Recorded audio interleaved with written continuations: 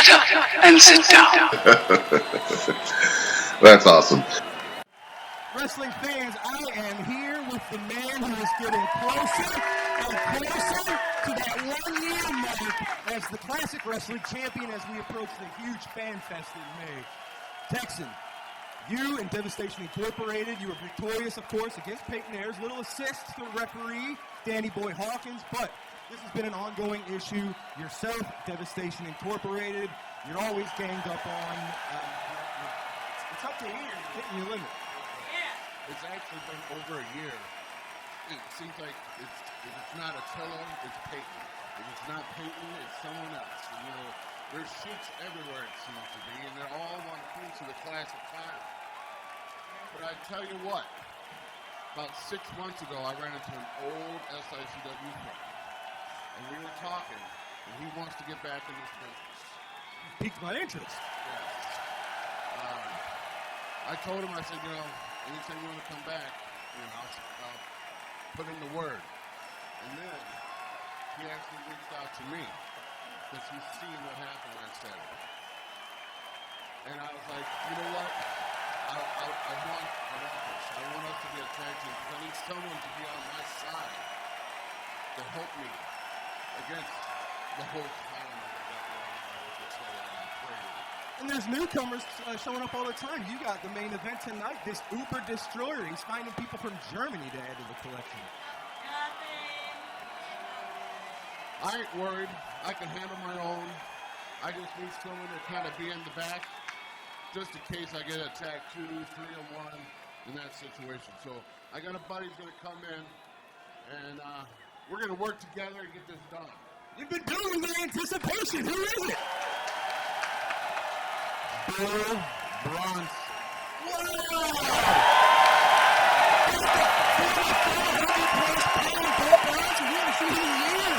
That's right. And when he left, he was a little bit on the ugly side. And he says things like that. He's going to be all on Kong Texas. Just watch out, Attila. Watch out, Peyton, because we're coming. What happens, ladies and gentlemen? We got an almost 400-pound man in our champion. What happens when he joins forces with another 400-plus pounder in Bill Bronson, ladies and gentlemen?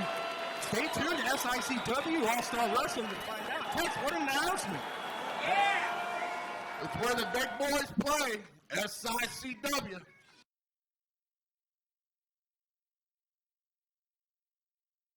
Thank you for tuning in to Square Dream Podcast, everybody. Episode number 54. Our special guest today is Bull Bronson. We're going to run his promo, and then we'll get into it.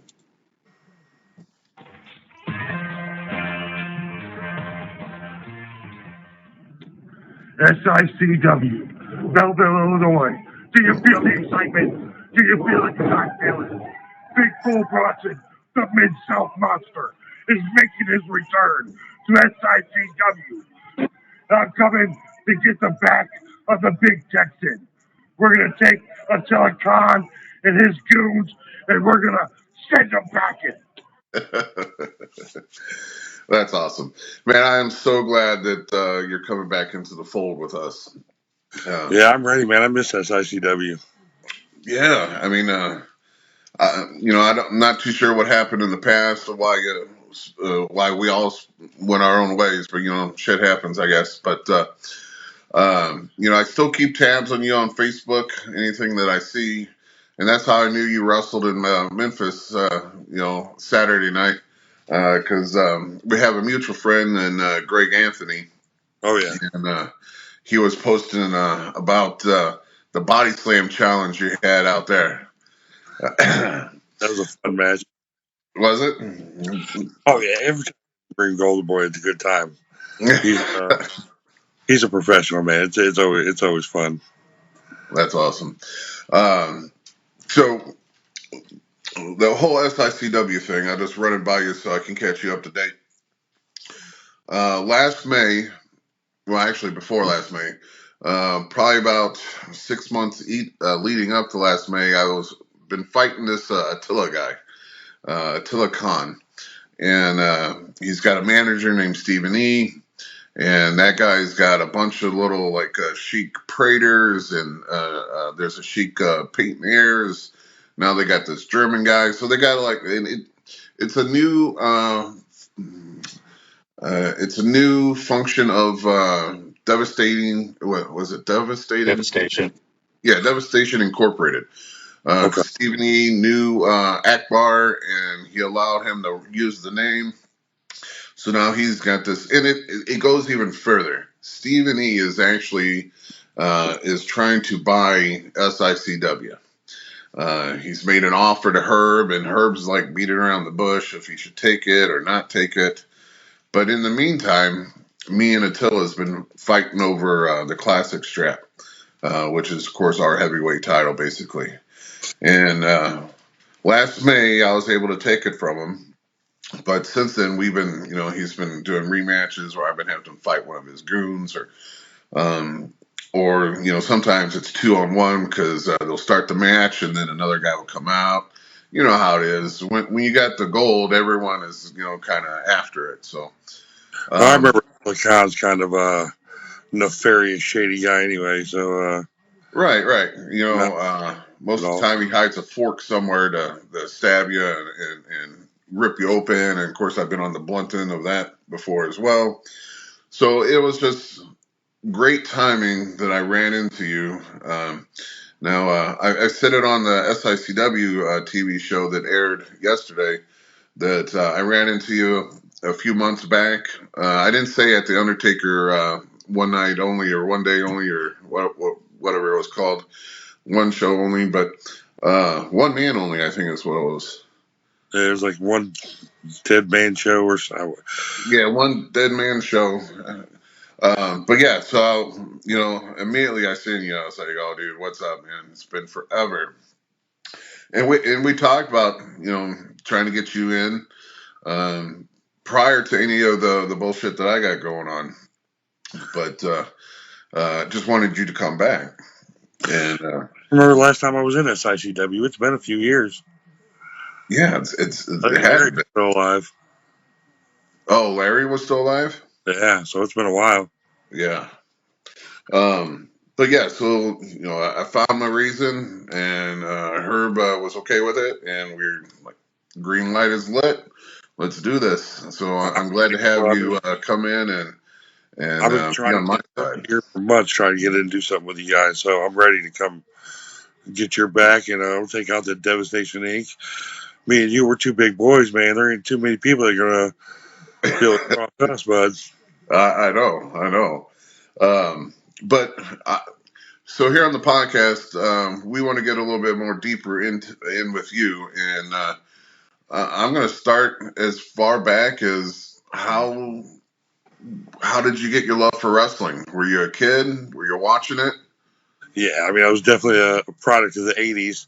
So we grew up with Hulk Hogan everywhere, big Hulkamaniac. I had a cousin with cerebral palsy who just would get so excited over wrestling every Saturday night. Every Saturday morning, he was right there in front of the TV, and I was right there with him. I mean, it was just something I bonded over him with. And then my godfather kept my love going for me, took me to shows all over Chicago and Indiana, and we used to go to every house show that would come to the area. Anything we could get our hands on, we'd go to. And I just grew up loving wrestling. As soon as I turned 18, I found a ring to learn how to get my bumps in and how to get my foot in the business. And it's been rocking and rolling. Well, kind of rocking and rolling since then. I've been trying. Right. So as soon as you turned 18, so are you originally from Chicago area or around Chicago? Yeah. I'm born and raised in Chicago Heights. It's about 20 miles south of the city, little suburb. It's a rough neighborhood. Well, It's that's home, probably man. where you got your strength and the type of person you are. So yeah, Yeah, I'm uh, definitely street tough. That's for sure. That's for sure. All the man. Bronsons I know of are from a bad neighborhood and street tough. Well, speaking of street tough, man, before you got on, me and Nate were talking about some of the matches that we watched of you. I was watching a bunch of you last night, and Nate was doing it today, and he All was right. talking about one of the what did you call it? It was a theater, Theater of Brutality that you did last year. Yeah, that and was here in Indiana. I was, it was one of the ones I was watching too, and I was like, man, there's not even a ring. I mean, you guys are just going at it. I'm definitely not afraid of the deathmatch scene. I love the blood and guts. I love the violence.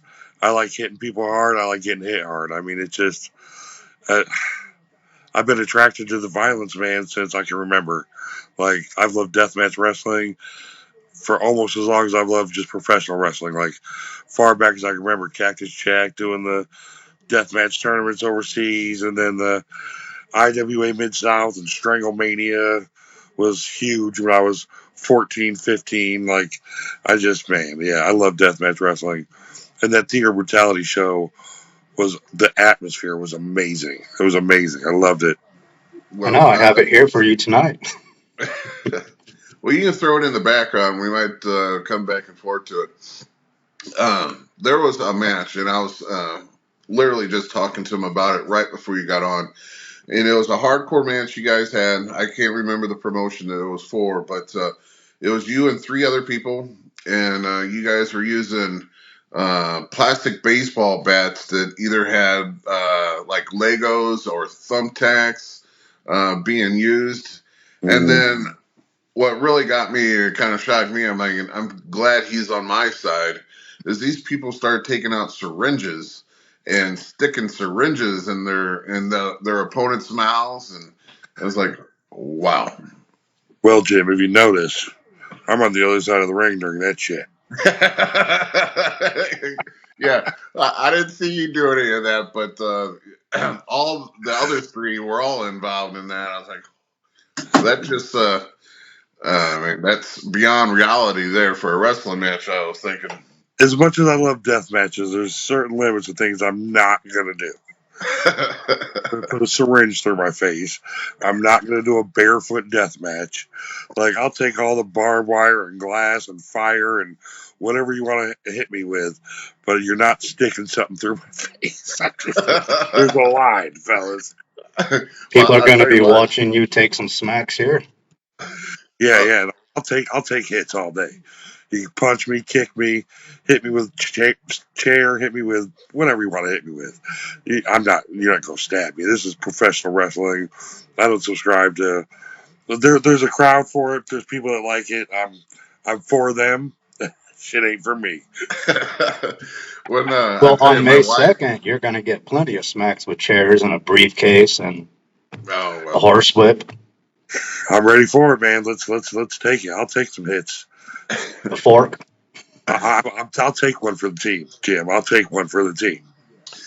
Well, it's been a lot of back and forth, like I said, with me and Attila, and then here lately it's been me and Prater, and of course his manager always gets involved. And I normally come to the ring besides, with the bull rope. I have this cool cattle prod that a friend of mine made for me, and this thing is, I mean, it's full steel. I mean, it is a working. You can light the thing on fire if you want, and I mean, it's awesome.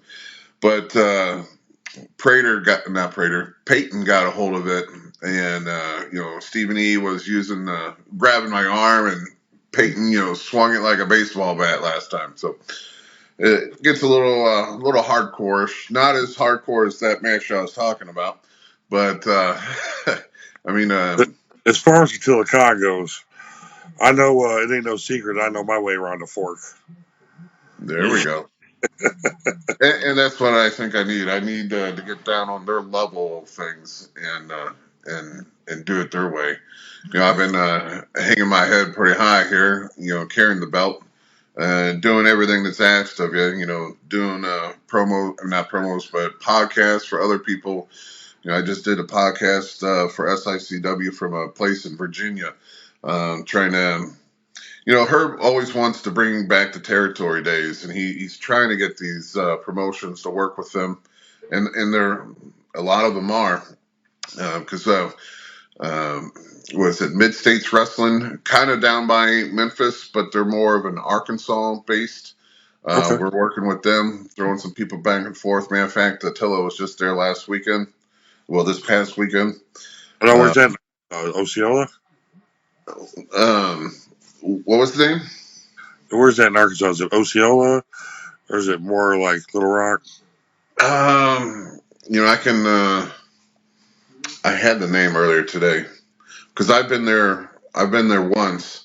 But he's floating. I'll get back to you on the name of it. But so he's floating people back and forth from there.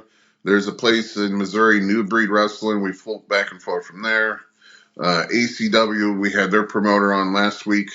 Gary Jackson and I both floating in and out of that one. And he's trying to get some more people going through. There's a person up in Pennsylvania that has a promotion. So, I mean, that's going to be probably a plane trip instead of a drive. But, if we can get it, if we can book it. Oh, and one of our good friends of the podcast, James Beard, he runs one in Texas. So he wants us to go down there too. And so, I mean, it's crazy. It's putting a lot of dates in. It's kind of almost back to the territory system. Not saying that you can make a living out of it, but we're going to give it a college try here pretty soon. And I tried to make a living out of this wrestling stuff. I did real good for a long time traveling. Then 2016, I got in that car accident, kind of messed me up, and took a couple years off my career. But I'm back and bigger, better than ever. I'm trimmed down. I'm under 400 pounds right now. 399 pounds, slim and trim. Slim and trim. Yeah, I like to say that too myself. I clocked in. I haven't weighed myself this week so far, but last week was 384. So There you go. Yeah, I went last week in I was 398.6. So I'm right there. I'm under 400. Happy man. Right. I'm not even going to say what I is because it doesn't even compare. Buck 10. I think I dropped you off in the bathroom earlier. Oh, that's No, awesome. I'm 185. That's it. Oh, that's more than I thought. You look skinnier. What states have you been to? What states, or is it a better list of what states haven't you been to? It's probably a better list of what states haven't I been to. I haven't done California. I haven't done Nevada. I haven't done New York or Pennsylvania. I've done all over the Midwest, from Illinois to Michigan, Wisconsin, Minnesota, South Dakota, North Dakota, Wyoming. I've wrestled in Montana. I've wrestled Baton Rouge, Texas, Mississippi. I think I wrestled in Georgia. I know I wrestled South Carolina or North Carolina. I always get the Carolinas confused. I've been just about everywhere. I mean, that's awesome. I mean, that's I always tell. So I train some new students at the Ace Academy. It's Bob Orton's school, but it's down in East Carondelet, and I train the guys on Tuesdays. And we, of course, once they graduate, they more than welcome to join the SICW roster. I mean, we're trying to throw some new faces in there and keep the mix up. But I tell them all the time. I said, don't make this make it your home. But if you want to make it anywhere else, you got to spread your wings and fly. You can always come home and wrestle home, but you need to get some bookings. Pretty wild. Yeah, I mean it's. You need to. I tell them, I said, you need to spread your wings and fly because you need to be at a show that out of the blue someone special shows up, because you won't know where or what state or anything. You just got to be in the right place at the right time. Yep. And if you stay at one place, you won't have as much as luck as you going out to different places. And the East Coast has always been on fire. It's always a hotbed for wrestling, and down south too. I mean, there's especially since Memphis used to be Jerry Lawler's town or state, Tennessee. But I can't think of the name of the promoter that just passed away that kind of threw it all up in the air now that everyone. Bert, yeah. Right? Prentice. Was it Yeah, Bert? yeah. Uh, He kept wrestling alive for a long time. yeah. And now that he's passed, it's like kind of broken down where there's more promotions out there now. I mean, it could be a good thing, could be a bad thing, but um, hey, more places Wrestling, to wrestle, in I my think better. opinion, the independent scene just it's oversaturated. You got to make yourself stand out. Yeah, There, it's real easy to be a dime a dozen nowadays. Real easy. And if you don't stand out in the crowd, you're not going to stand out. You're not going to get picked up for good shows. It ain't good enough just to be a good wrestler now. You have to be a good wrestler and something else, and this and that. You got to be able to help with social media. You got to be able to want to put the ring up. You got to be able to sell tickets. You got to sell the crowd. You got to make yourself believable. It's a work. It's definitely getting out there and putting yourself out there is a work, but it's worth it. It's the best thing. The funnest thing I've ever done in my life was travel, and I've seen so much of the world on someone else's dollar. It's what more can you ask for? that's the best part right there on someone else's dollar. Yeah. I mean, we talked before, on the podcast that when you're first getting going, and I did this myself, you would wrestle even if it was free, just to get your name out there. And then you start realizing that no, I can't do this for free. I need some gas money to get back and forth. But if there are close enough promotions, and you're a couple months into the business past your training, I tell them, I said, you might want to just do it just once, see how the promoter is. And sometimes Hey, if you do a great job, they're going to pay you a little bit more to come back. I've been doing this for 20 years, and I'll still tell new promoters, listen, we'll come in for a set price the first time. I'll come in lowball you.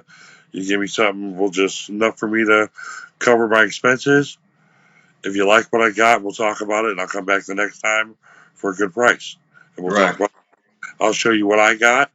You come back and let me know if you want what I got. And that's it. Then it's business. Yeah. I mean, that's It's, a great way to say it there.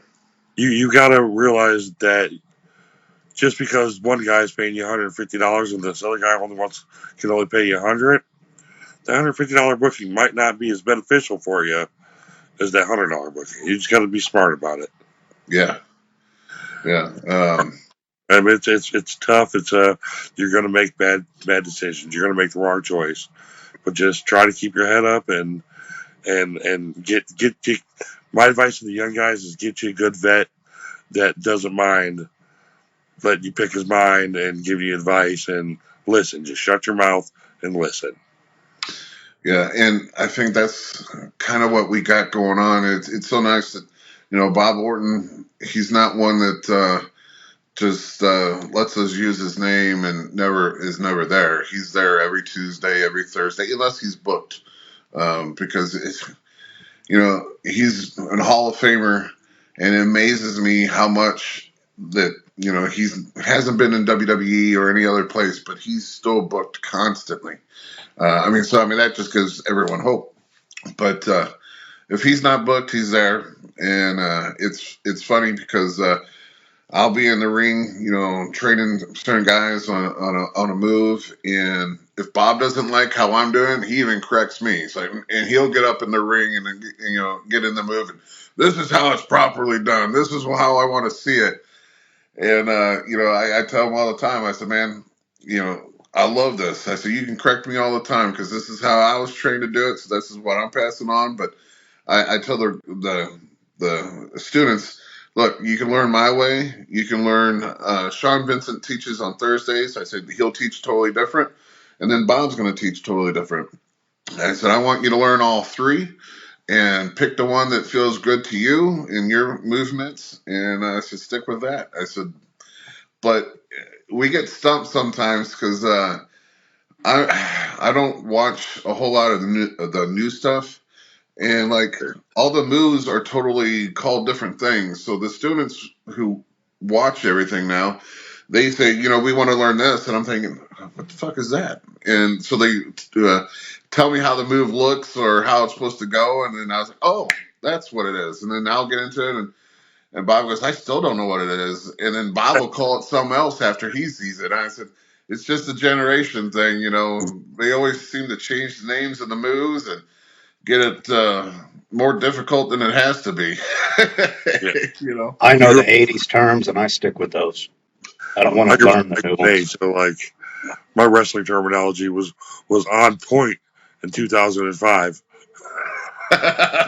Yeah, precisely.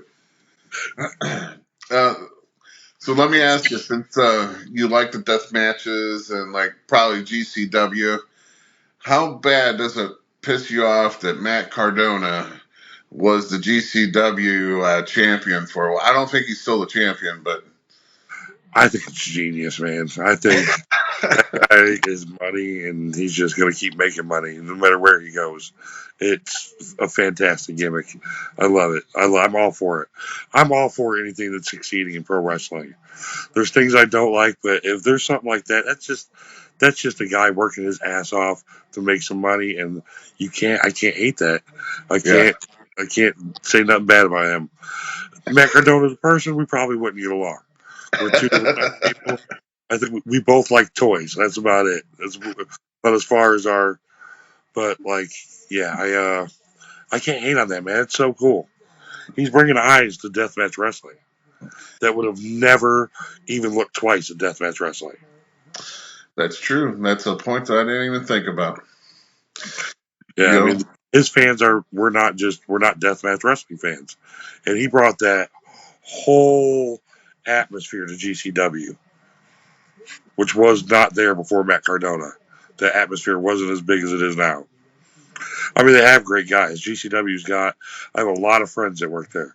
There's some good dudes that work in that company. It's a good company. I would like to work there.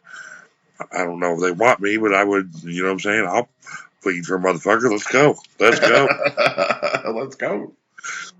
But yeah, it's there's a lot of big things in the deathmatch world that are just blowing up, man, and it's awesome. Seeing all these guys getting trips to Japan and getting over there, and BJW blowing back up, and like I'm all for it. I'm all for it. Well, you know, even Mick Foley said he wants to come out of retirement and do one more death match before he considers himself actually done. And he's crazy. I mean, he can barely walk right, and he still wants to come out. I mean, don't get me wrong, I love Mick Foley to death, but I don't want it to be like a Ric Flair type thing. Yeah, and Because that Ric Flair match was, people are it gonna was make it, but it's pro wrestling. If anybody can do it one last time, it's Mick Foley for sure. I mean, definitely. he might be broke down, but he quit early enough where he's been able to heal these last few years. And he's been doing the DDP yoga, and he's back in. He's I not in was bad going to say shape. that. He ain't that old. So, Bull, what do you think of David Arquette doing a death match? Again, it's brought eyes to the business that would have never been there. David Arquette, the guy obviously loves wrestling. David Arquette obviously loves wrestling. I'm not for celebrities putting themselves in the ring, but I mean, when he got in the ring, he got his ass whooped. Like, what should have happened? I mean, Nick Gage, love him or hate him, he protected the business that night. Yeah, that's true. Yeah, I mean, what other celebrity, would have almost died because David Arquette That's lost a really the lot last of blood pro in that wrestling match. where people are still like, is that fucking real? Did he just really? Is this? Yeah, You don't get that normal. You run of the mill everyday shows, but death right. matches, there's still that era of disbelief. Where is this happening? Like, Yeah. how's the guy hanging from barbed wire right now and not dying? Well, Well, I challenge anybody to watch the video or go back in a podcast and rewatch where you got smacked in the back with a crutch. Point to me where that was fake. Yeah. Was that it wasn't a cardboard crutch? It was straight out of the hospital crutch. Oh yeah, Yeah. that thing bent all kinds of sideways. Yeah. Bent and broke around your shoulders. I'd have been mad if they didn't hit me with it. To be honest with you, I signed up for this shit. I'm ready to go. I mean, that's awesome. So, how long did you train? How long did you train before you had your first match? Um, it was probably about 8 months before I had my first match. I trained with Homicidal Stephen Davis, Axe Allward, um, a few other guys that were there at the time. Aaron, I remember it was Tony Storm. I can't remember his last name right now. But Tony Storm, a few other guys trained me. The Convoy was there. Edmund Livewire McGuire was just starting out there. I don't know if you know any of those names. Um, Well, I know Axe. You know, we he's still a regular on SICW. Axe had just come back from training with Dory and was getting in the ring with us, and so we learned. I learned a lot from Axe. I learned a lot from Homicidal Stephen Davis. They taught me quite a bit. I had my first match, and then I had one match after that, and I don't think I had a match for another 2 years. Oh wow! I kind of got discouraged with it, I think, at that point, and then I finally got back into it. With this group, the Convoy, and they started training me, and then Golden Boy Greg Anthony pretty much polished me up and got me going. That was about 2009, 2008, somewhere around there. Was that before he went down to Tennessee? Or was Um, that down in Tennessee? he was down in Tennessee already. He was coming up this way to book for All American Pro. He was wrestling for All American Pro Okay. when they were running in Marion, Illinois. Okay. Yeah. But yeah, I learned a lot from Greg Anthony. I started working for him every weekend, and he would just teach me a little bit. I learned a little bit. Just he would bring in guys I could learn stuff from, which was fantastic. Um, I feel like I spun my wheels for the between 2002 and 2008. I kind of spun my wheels in wrestling and didn't do anything or didn't go anywhere, like you were saying. Like some guys get caught in that habit. They start where they train and they just don't do anything because they're not shown any better. The same would kind of happen with me. Okay. So that's why I try to preach to these kids now. Get your training and go somewhere that you are going to be trained, that someone's going to train you correctly. Yeah. And hit the road and just start sending out videos, start talking to people, talk to other workers, see if you can ride with guys to shows. Even if you're not booked, just get in the car and ride. Yeah. That's the best advice I give somebody. And that's how I started, and that's how I ended up getting to where I am. Yeah. There was where I wrestled for ACW last weekend. There was a lady that was on the card, and the promoter announced. He goes, "She's on the card because we were in." Man, they were in really South Missouri. I forgot the name of the city, but she was there and she tried to get on the card. She didn't get on the card, but she stayed, helped tear down the ring and everything. And he was like, she was that dedicated trying to get on that card that we had to bring her on this card. And and sometimes that's how it gets done. Stuff like that'll go a long way for you. Yeah. I mean, we talking about Jimmy Hart. Whenever he comes in, we got to tell him no. You don't have to put up chairs or set up chairs. But that's one of the things. He goes, "I'm here. It's not done. Let's do it, and I'm here to help." And he'll start, taking the chairs out or setting it up the table. As I'm like, "No, we have people to do this." But and he's been in the business students. so many years and Hall of Famer and everything, but. It's just it's cool to see that still, and I don't think it's preached enough to a lot of people because there's some there's some students that come and go that have left our company and went to another training place and come back, and they kind of seen the error of their ways because we would preach to them that you got to come to the shows, you got to help put up, tear down, and sneak in some time to wrestle before the show happens. The practice, and that's how you get your feet in the door. And they come in and think that they already know their shit and they should be booked and pissed that they gotta wait. But This is Yeah, I crazy. heard that last show. I mean, I remember my training, and one of the trainers we had on too. They used to beat the piss out of me, for almost a full year. But their thing was, you get 10 students paying $500 or whatever, and you get them to quit the first day or the first week. That's the extra $500 that they get that they don't have to do anything for. Yep. And only the strong survived back then. And It's the opposite today. Today, it's a bunch of guys trying to do a cash grab on these kids and yeah, just them off and not having the knowledge to train them what they're supposed to train them, just taking their money. That's rampant too. yeah.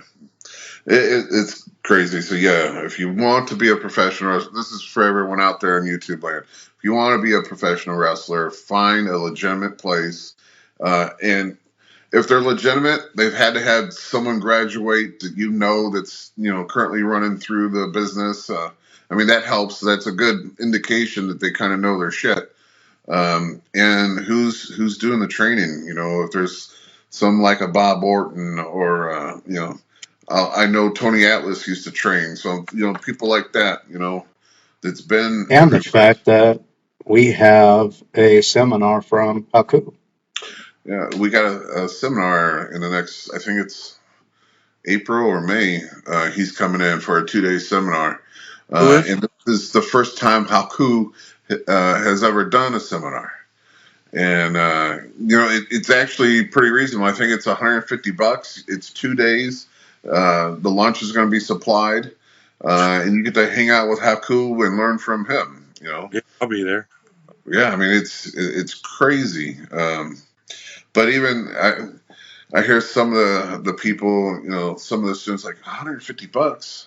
Thinking most seminars are 100 for a 1 day, and here we're throwing out a second day, and we're feeding you both days. So These kids go out and pay $150 for meet and greets at Comic Cons and all over the place. To learn from Haku, that is priceless. yeah, definitely. And the fact that he's never done it before, always been asked, always rejected, and now he's putting one on for that cheap. Yeah. Well, That's crazy. I think he wants to do it where he knows there's already a group of students that is under the tutelage of Bob, and he can just love Bob to death. He's getting a little older, so I think how cool can step in and fine tune some things that even Bob has forgotten. Because even most wrestlers will tell you that they done forgot more things than this person will ever know. It's just one of those things. And as wrestlers, you adapt. So I mean, you can come out the gate with the full mindset of what you want to do. Then as you get older or as you get more experience, you throw away some moves and add some other things in, and one, to protect your body. Sometimes that's how you got to work, kind of like how Austin did. He was a wrestler's wrestler until he broke his neck, and then he became a brawler. So sometimes you got to change your ways to prolong your life in this business. For sure. Yeah, it's kind of crazy there. Man, so what's on the horizon besides the SICW? What's on the horizon for Bull Bronson? I know I've got some dates coming up for Fight Underground in Metropolis. I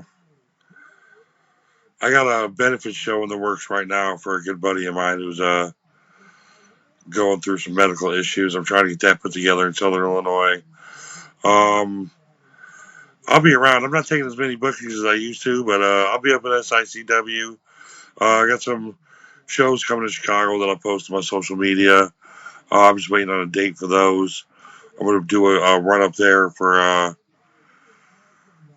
old John Bullard in Chicago, which is he's a great promoter up north, runs great shows. I think we're going to be running like the south suburbs, so it'll be that'll be fun. Hoping to get some more deathmatch bookings for any of the big deathmatch companies out there. I'm ready to go. I got my green kid with me. He's on fire. The kids, my green kid is just blazing up the deathmatch trail trying to get there. His name's Blood Money Brian Richards. If you ain't heard of him, check him out. The kid's good. Taught him everything he knows. I'll bring him with me to the SICW show. Introduce you to him. He's a good kid. Okay. Listens well. Good. He's got to deal with me, so he better listen well. Well, I tell them all the time too. Mouth shut, ears open. That's the best way to learn, especially on car rides and everything. Of course you want to talk, so not really mouth shut, but you want to learn. Well, I tell you, we got our huge May show coming up, and so that's in a couple months. So I want you to be a part of that. So we got to keep you in SICW for a while, because rumors has it. I think we're up to like 55 or 56 legends that's coming into the town for this. And I think Dr. Drew told me there was 60. Well, I heard this past weekend that they're thinking that the number is going to be around 70. So it's going to be, last year we had 48 legends in the house. And it was great because it wasn't like a normal, at least to me. I've been to Iowa. I've been to their Hall of Fame out there and their wrestling. And I've been to some other, fan fests, but most of the legends, once we cleared their tables and turned it into an actual wrestling show, most of them just took seats and just watched. And that was the night that I took the championship off of Attila, and I'm looking at Greg Gagne's in the seats. Who else was there? Haku, of course, was there. There were so many of them. Victoria was still out there. Luke, one of the Bushwhackers, was in the audience, and they just stuck around because they just wanted to be part of it. And they didn't wrestle, but they just wanted to be part of the show and watch it. And this time we're going to have, if the rumor is true, 70 of them. It's going to be crazy. You had Stan Hansen last year, didn't you? Oh, Stan Hansen. He actually was one of them that stayed in the audience and watched it. It was and had fun later that night. It was him, Greg Gagne, Layfield. Who else was it? I think it was Farouk. They were all, right in the air just watching the show. Victoria, she stayed. Yeah, so and this year they're adding another day. Last year it was just one day, so it was Saturday. It was an all-day show. All day, fan fest and the show at night, and then most of them was departing. But we're adding Friday on, so Friday's going to be a one-man show. They're doing some sort of like skit comedy routine. I'm bad with names. Do you remember the guy who's doing it? It's from. I remember it once you guys say it, but I never focus on him. Nothing against him, but I just. He was one of the guys who would take the pictures and write up. I think it was Pro Wrestling Illustrated. It's one of the. He launched a ton of careers, but I just don't remember his name. God, Herb was gonna backhand me for not remembering this guy's name, but that's one of the things. I always blame it on the chair shots in the earlier stages of my career. But so it's going to be a Friday and a Saturday show. And so, like last year, a lot of the wrestlers showed up on Friday and we just hung around at the bar because there's a bar inside this hotel. We just stayed out to the bar closed, and then we kind of just moved it into where the wrestling ring was and just stayed in our own little group, So it's definitely going to be fun. And, Greg Valentine's going to be there. Greg Gagne is still going to come back. Who else? Paul Roma's going to be there. Do you have the list, Nate? Yeah, the Killer Bees are going to be there. One half of the Killer Bees. Sergeant Slaughter is going to be there. Oh, that's awesome. Yeah, so... I mean, it's definitely gonna make you into a little kid that weekend. We Yeah, have five Glow wrestlers that are going to be there. for sure. There's just so many. I think my top 3 guys are Slaughter, Stan Hansen, and probably Abdul the Butcher, Brody. Okay, All three well, are going to be there, all except three for are gonna be Brody, of there. course. Man, that's awesome. I'll be there. Yeah, Brody's widow, Barbara's going to be there. She, because we do a Bruiser Brody Battle Royal at the end of the night too, and she's the one that hands off the trophy to the next person that wins. As a matter of fact, our co-host Bobby, he's a 2-time back-to-back Brody Cup winner, and literally the last 2 years. So he's the one that's going to be bringing the trophy into the ring and fighting for it all over again. But And it's Bill Apner for the one-man show. Bill Apner, god damn it. It's the second time I forgot him because we were talking about this on an earlier episode of the podcast, and I totally blinked on his name. But Bill Apter does a one-man show. It is kind of like a comedy routine slash. He loves to sing too and do trivia, so it's going to be all kinds of crazy. This one-man show. Okay. And that's the Friday night, and then everything goes back to normal on Saturday, where they do the fan fest during the day and then the show during the night. We have Typhoon, Boogie Woogie Man, Abdullah, Medusa, Wendy Richter,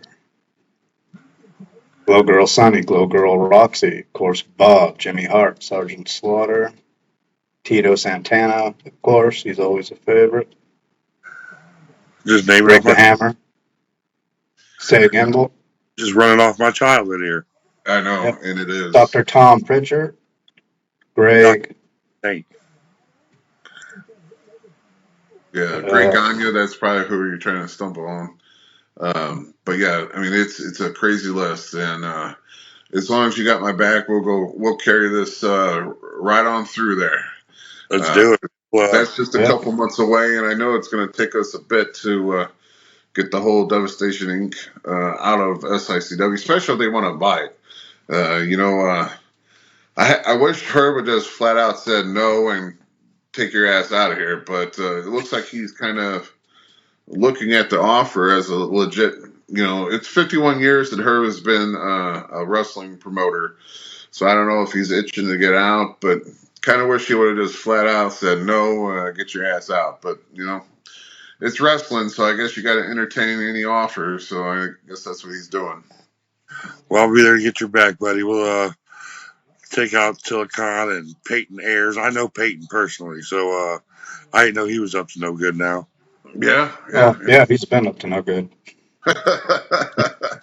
And for anybody watching, the picture up now is Bull's protege. Yeah, there he is.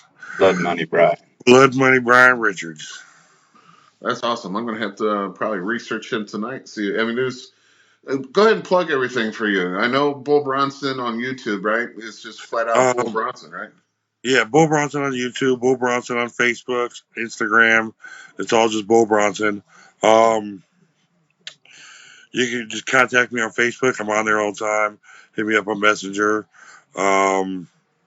Is that the best way for promoters to get a hold of you? How's that? Is that the best way for promoters to get a hold of you?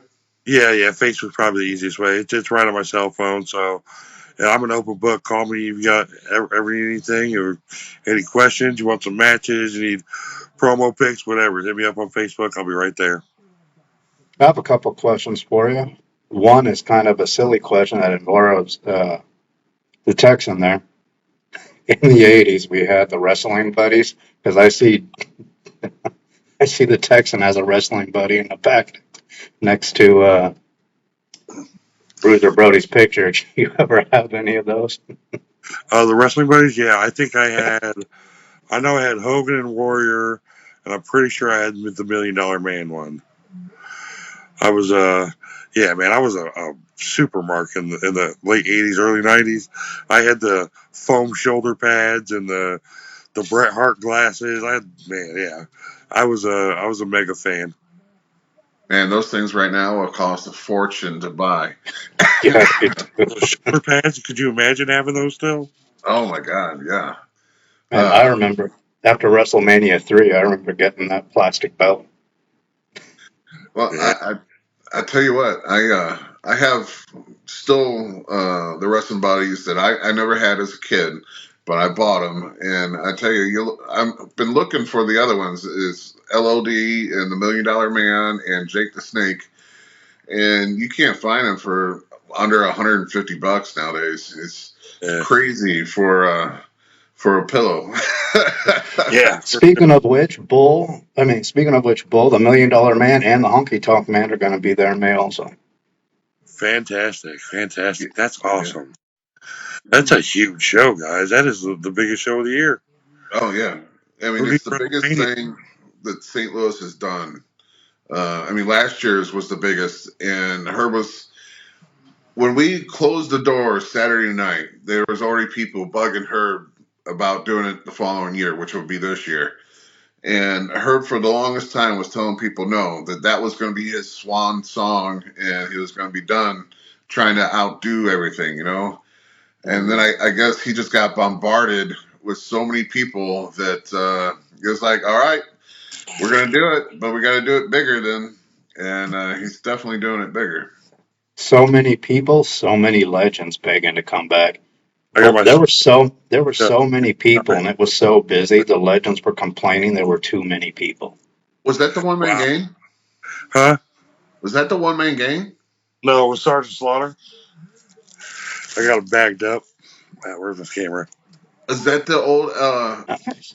LJN sign, kind of like Hasbro one? No, this is from a company called Valaverse. This is only probably 2-3 years old. Okay. They released a limited supply run of 7-inch GI Joe style action figure Sergeant Slaughters. They're amazing. I love them. I got 3 of them. You need to bring one, have him sign it. For sure. A couple in the That'd box. be awesome. So I used to have almost the whole collection of the LJNs, and I sold it off back in the day when I needed some cash. The worst thing I ever fucking done because I only got half the money. You know, he paid me half the money up front, and then he was supposed to pay the rest. Never seen the guy again. So I've been slowly collecting those back up, and You see those big rubber guys? yeah. Those are pretty And big. yeah, but the sought after one is the Sergeant Slaughter. Because he's not quite an LJN. He was actually made by Hasbro, but it was in the LJN style, and it was a mail away. So you had to buy so many GI Joes to actually mail away for this wrestler, and it surprises a lot of people that there was no lawsuits back and forth because on the back, on the promotional stuff for the Sergeant Slaughter, it had him beating up LJN figures that Hasbro did not make or produce or anything with them. But on the advertisements, it had this Sergeant Slaughter beating up those guys. Just let them get That's away. back when people could take a joke. Yeah. But I'm telling you, it's probably like $3,000 if it's still sealed in the package, and if it's loose, probably still paying about $800 for the damn thing. So it's crazy. I'm a Brody collector, so I've got a bunch of Brody figures, and those things are just through the roof too. Especially, I have not touched Japan's yet because they're too rich for my blood. But there's a place that just got authorization from Barbara to redo the Bruiser Brody ones. And it's about a 4-inch wrestling figure, and then Greg Gagne, he's do I have him back here? I got that Brody from Power Town, that Greg Gagne Yeah, stuff. the Power Town ones. Man, those things are cool too. I wish I would have got the whole set, but I only got him and Stan Hansen. That's what I got too. I got him and Hanson. I want that Kerry Von Erich real bad though. Well, they redid the carry too. There's 2 carries now. Yeah, there's the white one, the diamond one. Yeah. Yeah. I'm a nerd when it comes to toys, man. Yes. Now you piqued my interest in this. I really wanted the Lou. What's not Lou Gehrig? Lou Thez because that's the only action figure Lou Thesz is going to have. I really want that. But man, I tell you, $50 a pop to get that whole set, you're looking at $300 right out the gate. Yeah, and they went up on the price now too. They're like $80 a pop now. Yeah, it's because they supposedly made what they were going to make, so now you got that supply demand raising it. Kind of crazy. Series 2 was supposed to come out though, and I seen something to do with who was in Series 2? It was the Missing Link. I think Ernie Ladd. There was a few of them. I can't remember off the top of my head. But I know they're doing some for the Rock and Roll Express that look fantastic. I love wrestling action figures. I don't collect the WWE ones. I try to stay away from those. Rock and Roll Express is going to be there in May also. Yeah, they are. Robert and Ricky. Those guys are so cool. Oh yeah. Man, we had 13 legends in our locker room a few years ago, and I'm a whiskey drinker, so I bought a bottle of Jack Daniels. Gentleman Jack is my favorite, and we sat after the show. We all sat, the local boys and the 13 legends, and I actually had 2 bottles, and we just passed the bottle around, taking shot after shot. And then I had everyone who took a shot out of the bottle sign both bottles. So I have them both up in there. But, so I got Rock and Roll Express. I got Haku. Jerry King Lawler didn't drink out of it or didn't drink from it, but he still signed the bottle for me. But, it's very cool. And it's something unique that only I'm going to have, That is really cool. Yeah, but Haku the Barbarian doesn't drink anymore either. But he did sign the bottle. But it was cool because you have those people that you idolize.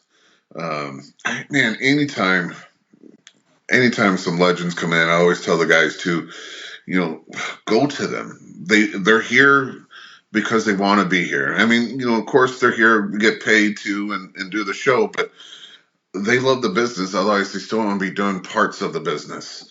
So talk to them, ask questions. We had Tito Santana in, and they're literally, if you looked in the back room where we were all dressing, we just had a circle of chairs around Tito, and we were talking, WrestleMania 3, and it was awesome. And weird thing is I brought up his daughter because his daughter's been in was in the news at that point. And then he was telling me that he had no connection to his daughter, didn't know about his daughter, and so we got into that big old story, and that's a big old story to its end too. But needless to say, he gave her his blessing to run with the name, and we actually seen her in Vegas. She was one of the hosts for the CACs. So I got to meet her too. So it was kind of cool, full circle. Met her dad, talked about her, then met her, and it was kind of cool. So she's going to be trying to get that name out there and run with it. What name is she running with? Man, I can't remember her first name, but she does through the Santana in the last name. If I had the program for the CACs in front of me, I would be able to, tell you. But I love this business. I'm sure you love this business. I felt I've given my body to the business because God knows I'm not walking the way I used to walk. After that, man. And I don't even think the way I used to think because, like I said, I've taken quite a few chair shots, and sometimes you got to trigger the memory before it starts working again. But I would not do anything different. I've loved this business. I've poured my heart and soul in this business. Yeah. People ask me, why do you still do it?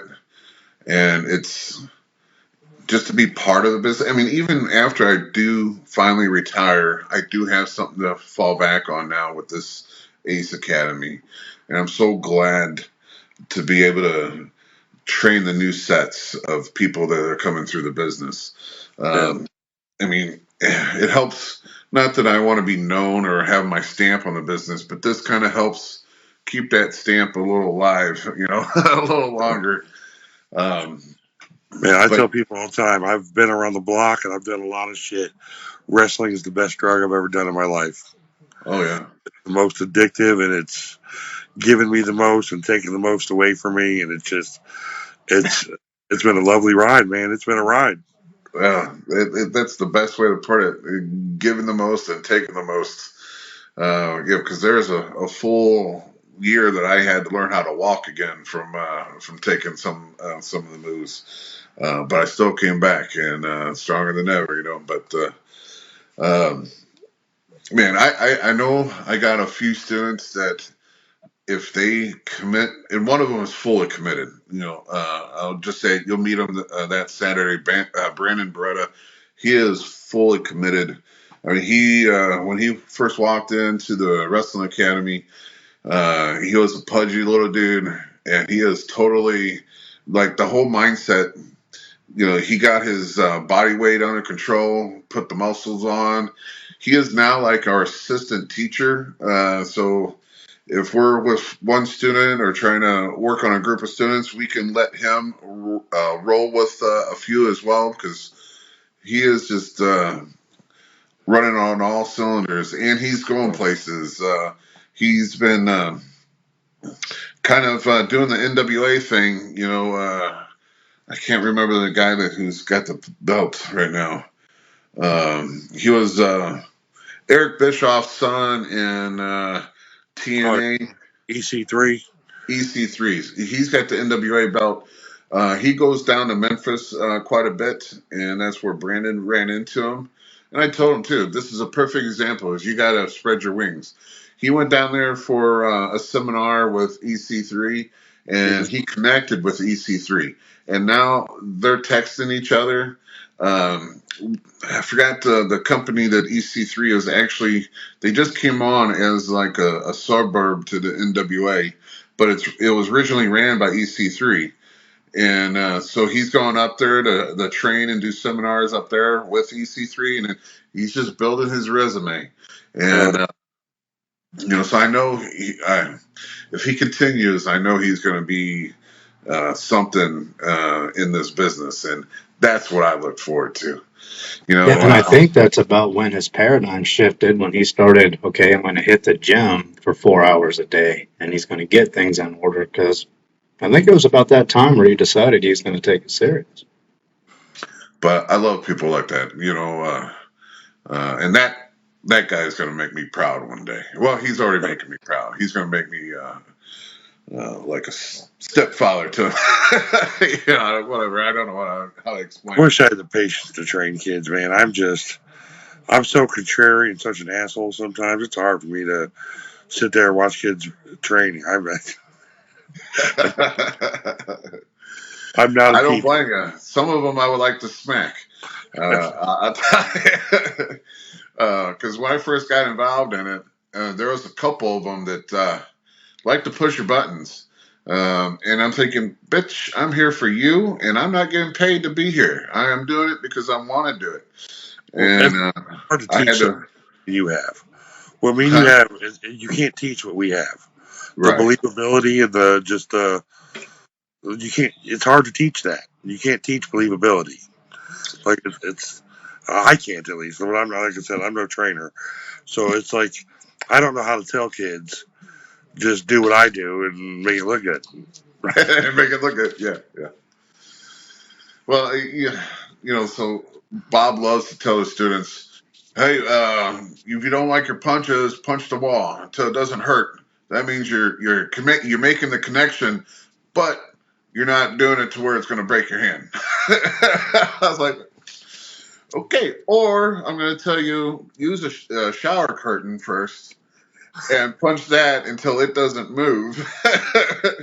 And then if you want to, you can punch a brick wall and see how that goes for you. You got to love that mentality that Bob throws in there too, I kind of go that way. I punch the concrete wall in my house all the time. But that's trying to go for a different effect. You want to abuse your body at that point in time when you're punching the wall. You know, you Concrete. don't Oh, exactly. seriously want to break a jaw of one of the guys. You know.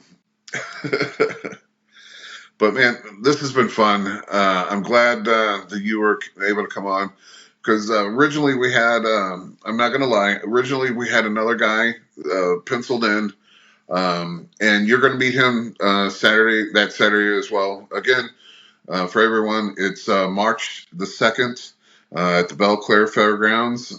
Doors open at 6. Show starts at 7. You know, there's going to be 2 main events.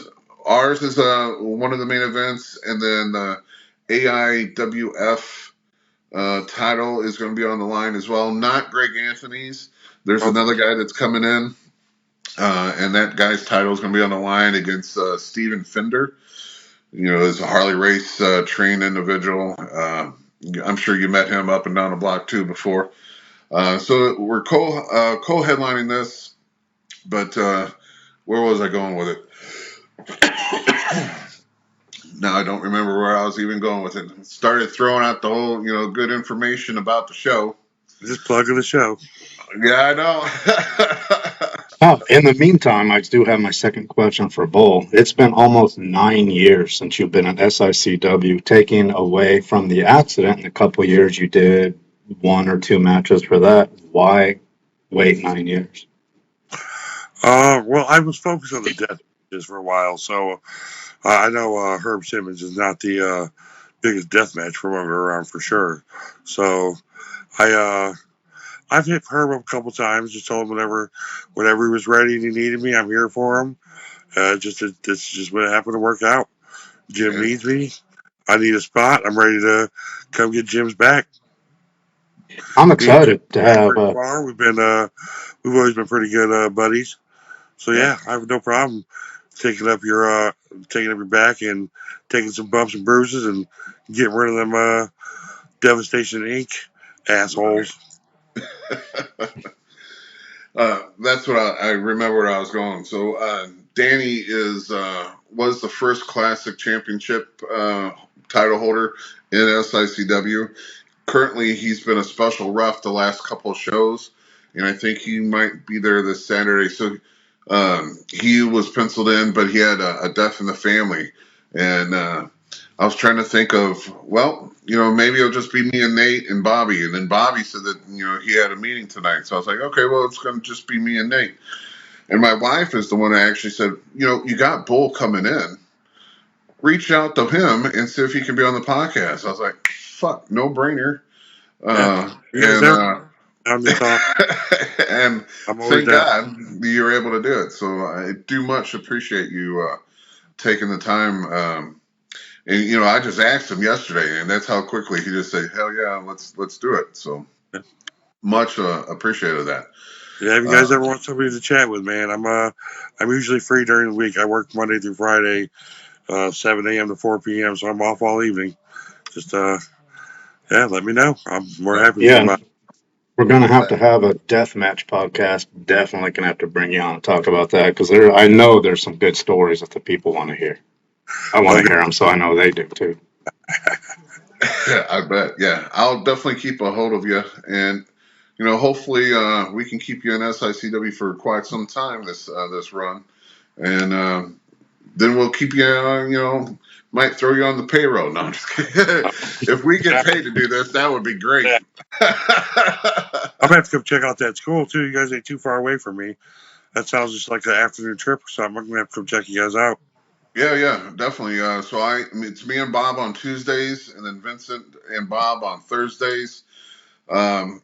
Truly, it's from 6 to 9, but most of the time I don't leave there until 10:30 or so, just because the class never wants to end, and I'm obliged to do it until I get tired. So, plus. Well, definitely come up on a Tuesday. I'm not trying to hang out with Sean Vincent. I don't blame you. Don't like those Canadians, eh? Well, I'm speaking for me and Nate, but I think we had a great time tonight. It's good to get some history about you, and why you're coming back in this coming up month, March the 2nd. Have my back, which is a great job, great thing for me. Appreciate that. And we will definitely have you back on. Maybe we'll do it in a couple. Maybe we'll do it for the week after March 2nd, just to kind of do a little recap of how we handled ourselves. Sounds good. Just let me know, man. Thank you guys for having me. I Hey, appreciate it. I can't wait to get in that ring with you, bud. We're gonna kick some ass. fuck hey, yeah, awesome. All right, well then, from the squared ring. Oh, let me through the man. We should have done this in the beginning. I always forget to do it. If you like what you see here, please like, subscribe, share, even do some comments because we love to get your feedback. So far, your feedback has been nothing but great. But if you even have some negative feedback or want to see something changed up, holler at us, let us know, and we'll see what we can do. But for everyone from the Squared Ring Podcast, you guys have a great night. And Bull, thank you once again, man. Thanks, Later, Paul. guys. Appreciate All y'all, right, man. man. Have a good one.